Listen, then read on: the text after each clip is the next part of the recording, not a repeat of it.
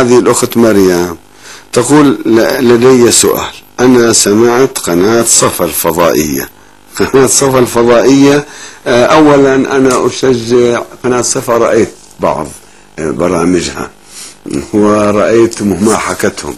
أشجع الفضلاء الشيعة اللي يردوا عليهم يجاوبوهم.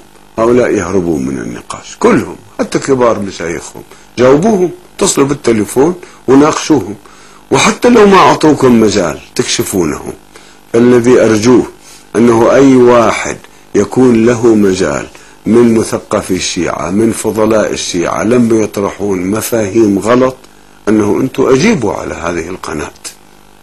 بعد في شريط الخبري الذي يرسلوه كان يرسلوه أطفال المكفرجية، أطفال السلفية جهالها ينشرون أشياء ضد الشيعة، يجيبهم شباب الشيعة. فحياكم الله، أجيبوهم واطرحوا عليهم مواضيع حتى هم يبطلوا. في الواقع هذا الأسلوب، هؤلاء جهلة ومغرورين ومغشوشين وما يعرفون كلمتين. إذا صار نقاش منطقي لهم يفهمون. لذلك شريط الخبري لازم يكثفون شبابنا ويتصلون بهذه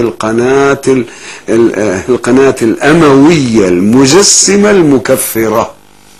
ومن ناحية وفضلاء ومثقفي الذين يتصلون ببرامجها ويناقشوهم، ونحن دعوناهم للمناظرة فهربوا. يعلم شباب السنة اللي يقولوا لكم هؤلاء مشايخكم الشيعة يهربون من المناظرة، يكذبون.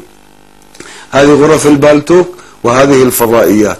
ولماذا طلب الشيعة أنه الأخ عباس الجمري الذي ناقش بعض مشايخكم بصفا وهو في البحرين، لماذا ما دعته القناة؟ خل تدعوه إذا أنتم أهل منطق وأهل مناظرة، ادعوه. مشايخكم الشيعة يخافون من هذا الشاب في البحرين، لماذا؟ فليدعوهم وليناقشوهم.